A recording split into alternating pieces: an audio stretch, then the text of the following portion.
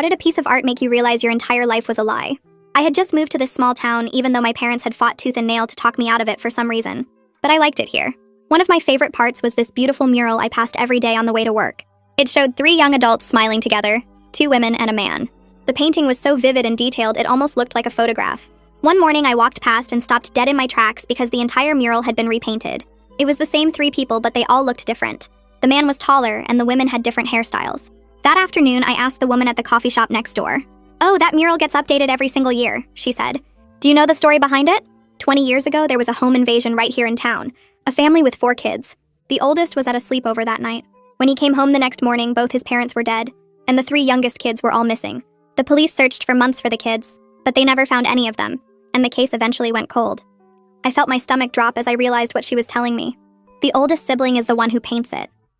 He never stopped looking for his siblings. He updates the mural every year to show what he thinks his siblings would look like now, hoping someone will recognize them. There's a website at the bottom if you want to read more about it. I went back to the mural after work and stood there for a long time looking at those 3 faces. I couldn't stop thinking about the mural over the next few days. I went to the website and read the whole story. The kids had been 4, 3, and 1 when they disappeared. I looked at the images again, and something about them felt strangely familiar, but I couldn't figure out what. I started walking past the mural twice a day instead of just in the morning. One afternoon, I was staring at the older woman when I noticed she had a small scar on her left knee in the painting. I pulled up my pant leg and looked at my own left knee where I had the exact same scar in the exact same place.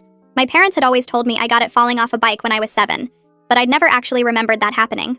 I went home and started going through old boxes in my closet where I kept the few childhood items I had. I'd always thought it was weird that I didn't have any baby photos, and my parents said they'd lost them in a move years ago. I found my birth certificate and really looked at it for the first time in my life.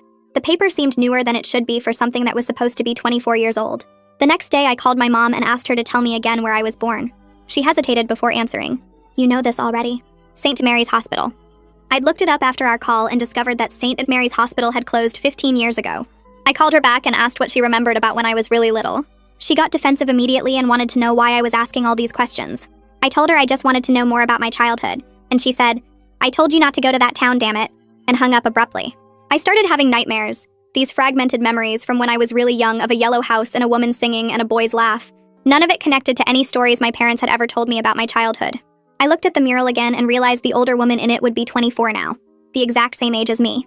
I found the contact information on the website and sent a message saying I thought I might know something about his siblings and asking if we could meet. He responded within an hour and we agreed to meet at a park the next day. He was in his early 40s with dark circles under his eyes and looked like he hadn't slept well in years. He said, "Did you see someone who looks like them?" I shook my head and told him this was going to sound crazy, but I thought I might actually be one of them.